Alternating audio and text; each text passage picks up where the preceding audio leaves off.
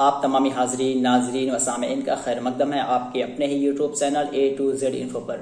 दोस्तों आज हम डिस्कस करेंगे सीटेट के हवाले से। इससे पहले एक वीडियो में बनाया और जिसमें मैं बताया कि 17 और 21 जनवरी को आपके एग्जाम्स होने वाले हैं और उसमें कुछ पॉइंट्स को हम जिक्र किए थे, तो लोगों को काफी पसंद आया, बच्चों को भी पसंद आया और फिर मुझे मैसेज आया कि सर इस तरह के वीडियोस बनाएं और कुछ पॉइंट्स को बताएं और पीडीएफ के थ्रू नहीं, इसलिए कि पीडीएफ बहुत ज्यादा पढ़ चुके हैं और पीडीएफ में कुछ बातें समझ में नहीं आती है। कुछ ऐसी बातें बताएं जो हमारे जहन को वो चीज पेवस्त कर जाए, हमें समझ में आ जाए। तो उन्हीं बातों को मद्देनजर रखते हुए हम ये कुछ 5 टिप्स को हम बताएंगे, या 5 टिप्स ना कह के बल्कि 5 पॉइंट्स पे हम डिस्कस करेंगे। और ये मेरी गारंटी है कि 5 जो पॉइंट्स होंगे सारे के सारे आपको याद हो जाएंगे। अगर यहाँ से क्वेश्चंस आएंगे तो आप 100% इन क्वेश्चंस को टैकल करके आएंगे, सही करके आएंगे और आपके नंबर 100% आपको मिलेंगे, कटने वाले नहीं है। तो लास्ट तक बने रहे इस वीडियो में और पहली बार चैनल पे आए तो चैनल को जरूर लाइक करें, सब्सक्राइब करें, दोस्तों को शेयर करें ताकि और भी इस वीडियो से फायदा उठा सके। डिस्क्रिप्शन बॉक्स में मेरा एक और चैनल है इंग्लिश स्पीचेस के नाम से, न्यू चैनल इंग्लिश स्पीचेस के नाम से, वहां पे अभी मैं वीडियोस डालता हूँ इंग्लिश के या इंग्लिश क्लासेस के, तो वहां पे उसे भी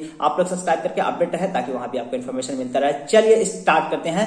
तो सबसे पहले हम समझेंगे तदरीस के अनासिर, जिसको कह सकते हैं फैक्टर्स या मतलब टीचिंग के जो फैक्टर्स होते हैं वो क्या क्या है। अगर आप किसी को टीच करेंगे तो इसका मतलब एक पढ़ाने वाला होगा और एक पढ़ने वाला होगा और एक उसके बीच में है, उन दोनों के बीच में जो कनेक्टर होगा, यानी मवादे मजमून, जिसको आप मवादे मजमून कह सकते हैं, निसाब कह सकते हैं, माहौल कह सकते हैं, कंटेंट कह सकते हैं, या फिर उसका मतलब पाठ्यक्रम कह सकते हैं, जो भी कह सकते हैं उसे आप कहिए। ठीक है।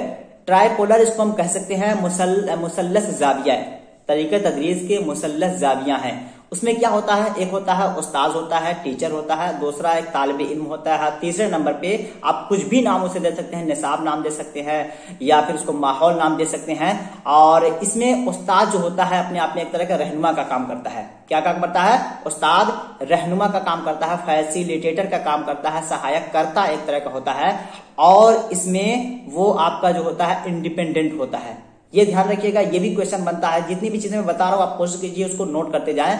उस्ताद जो होता है इंडिपेंडेंट होता है, यानी वो गैर मुनहसिर होता है, वो किसी पे निर्भर नहीं होता है। ठीक है। और दूसरा जो है तालिबे इल्म है, वो आपका डिपेंडेंट होता है, यानी मुनहसिर होता है, वो उस्ताद पे मुनहसिर होता है। ठीक है। तो ध्यान रखना है कि उस्ताद जो होगा वो आपका गैर मुनहसिर होगा और तालिबे इल्म होगा वो मुनहसिर होगा। किस पे मुनहसिर होगा, किस पे निर्भर होगा? वो उस्ताद के गाइडलाइंस पे निर्भर होगा, उस्ताद के रहनुमाई पे निर्भर होगा।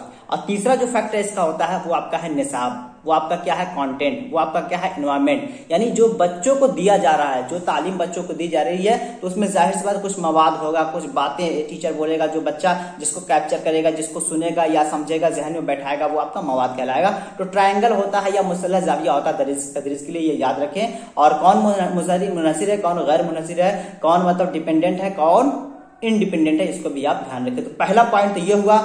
यहां से क्वेश्चन बनेगा तो आई होप कि आप 100% आंसर करके आएंगे। मुसल्लस जाविया याद रखें। दूसरे नंबर पे क्या है आपका? कंटिन्यूअस कॉम्प्रिहेंसिव इवेल्युएशन, CCE, जिसको उर्दू में क्या बोलते हैं? मुसलसल जामे तायुन कदर।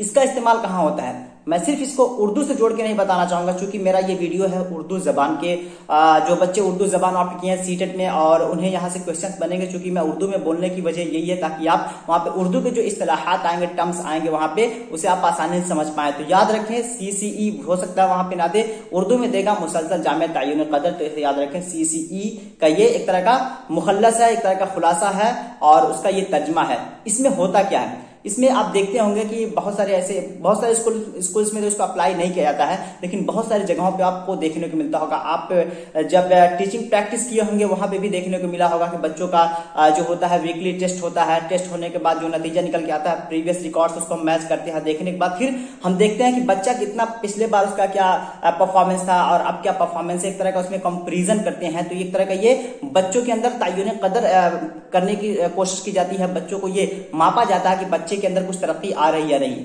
बच्चे के अंदर ऐसा तो नहीं है कि पहले अच्छा था बाद में वो खराब होता जा रहा है, उसका परफॉर्मेंस कहीं गिरता जा रहा है, तो तनज़्ज़ुली की जानिब तो नहीं बच्चे का रिकॉर्ड बढ़ रहा है। तो उसे हम क्या करते हैं? जांचते हैं। तो आपका कंटिन्यूअस तो ये हो गया।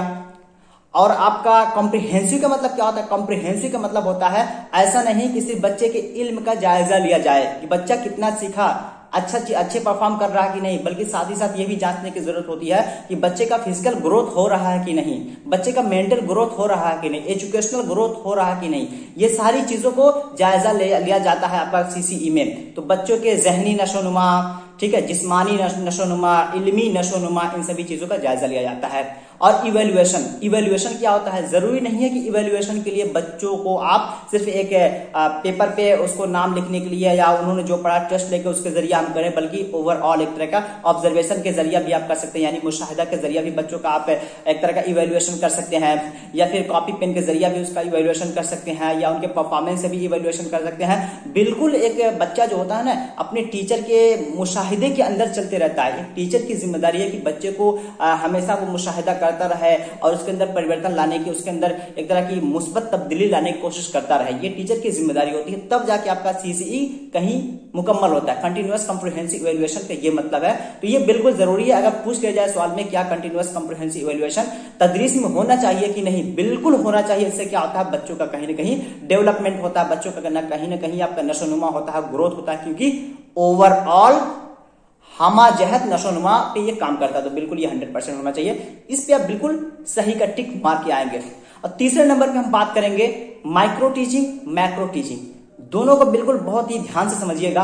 आपके जो क्वेश्चंस बनते हैं वो माइक्रो टीचिंग से बनते हैं। माइक्रो टीचिंग को उर्दू में क्या बोलते हैं? खुर्द तदरीस बोलते हैं। क्या बोलते हैं? खुर्द तदरीस। इसको आप नोट कर लें। और दूसरा टर्म जो है macro teaching, MACRO, macro teaching मतलब क्या होता है? कला तदरीस। इसमें मैं बहुत बहस नहीं करूंगा, लेकिन फिर भी इसको मैं बताऊंगा। अव्वलन पहला आपका क्या है? Micro teaching, MICRO, micro TECHING, ठीक है, यानी खुर्द तदरीस। इसके अंदर होता क्या है? खुर्द तदरीस, यहां से सवाल ऐसे भी बनता है, क्या खुर्द तदरीस को हम स्कूल में अप्लाई कर सकते हैं? यानी मान लेते हैं 8वीं जमात में कोई उस्ताद पढ़ा रहा है, तो क्या वहां पे उस्ताद खुर्द तदरीस को अप्लाई कर सकता है, नाफिज कर सकता है या नहीं? हाँ, नाफिज कर सकता है। ऑप्शन मुख्तलिफ तरीके से आएंगे, लेकिन आपको आंसर यहाँ पे क्या होगा? बिल्कुल ये आपका वहां पे आंसर नहीं होगा, क्योंकि खुर्द तदरीस जो होता है वो टीचिंग ट्रेनिंग में बच्चों को ट्रेन करने के लिए, या उनके अंदर स्किल डेवलपमेंट के लिए, या उनके अंदर महारत को फरोग देने के लिए माइक्रो टीचिंग कराया जाता है। इसका एप्लीकेशन, इसका निफाज आपके स्कूल में नहीं होगा, बल्कि ये ट्रेनिंग के दौरान बच्चों को दिया जाए। तो बिल्कुल आपका आंसर वहां पे क्या हो जाएगा? नहीं, इसको स्कूल में अप्लाई नहीं कर सकते, बल्कि हम टीचिंग ट्रेनिंग के दौरान प्रैक्टिस करने के लिए या अपने अंदर महारत को नशोनुमा करने के लिए इसका इस्तेमाल करते हैं। तो वो आपका बिल्कुल वहां पे गलत आंसर हो जाएगा। ये कॉन्सेप्ट आप जहन में रखें, बिल्कुल आप आंसर सही करके आएंगे। कुछ भी सवाल घुमा के पूछेगा, आप सही करके आएंगे। और माइक्रो टीचिंग के अंदर 6 स्टेप्स होते हैं, इसको साइकिल कह सकते हैं। आपका पहले उसमें क्या होता है? पहले माइक्रो टीचिंग कराने के जितने उसके अंदर स्किल्स हैं, किसी भी स्किल को अगर आप पढ़ाएंगे तो वो 6 स्टेप्स पे वो रिवॉल्व करेगा, अपने आप में गर्दिश करेगा। पहला क्या है? पढ़ाने से पहले आप क्या करेंगे कि उसका एक प्लान करेंगे, जिसको हम कह सकते हैं लेसन प्लान या मंसूबे सबक। लेसन प्लान को उर्दू में मंसूबे सबक बोलते हैं। तो आप पहले प्लान करेंगे, प्लान करने के बाद फिर उसको टीच करेंगे, मंसूबा बनाएंगे, टीच करेंगे, यानी दर्स देंगे। टीच करने के बाद जो आपके वहां पे ऑब्जर्वर होंगे, माइक्रो टीचिंग में क्या होता है, ऐसा नहीं है कि आप पढ़ा के चले जाएं, बल्कि जब माइक्रो टीचिंग कराया जाता है वहां पे आपके मुशाहिदाकार होते हैं, ऑब्जर्वर होते हैं, इन्विजिलेटर कह सकते हैं एक तरह का, वहां पे होते हैं जो आपको इन्विजिलाइज करते हैं, मुशाहिदा करते हैं, फिर आपको फीडबैक देते हैं। तीसरे नंबर पे क्या आता है आपका? फीडबैक में अगर आपका मतलब परफॉर्मेंस बहुत अच्छा नहीं हुआ तो फिर आपको रीप्लान करना पड़ेगा, रीटीच, रीफीडबैक। तो इस तरह करके आपके 6 स्टेप्स हैं और ये ड्यूरेशन आपका 36 मिनट्स का होता है। तो आपका क्वेश्चन बन सकता है कि माइक्रो टीचिंग का ड्यूरेशन कितना है? 36। इसके अंदर साइकिल में कितने स्टेप्स पाए जाते हैं? तो 6 स्टेप्स पाए जाते हैं। कौन? प्लान, टीच, प्लान हो गया, टीच हो गया, फीडबैक हो गया, और रीप्लान, रीटीच, रीफीडबैक, ये आपको यहाँ पे दिख रहा होगा। तो इसके जरिए भी आप कर सकते हैं। और मैक्रो टीचिंग का ड्यूरेशन क्या होता है?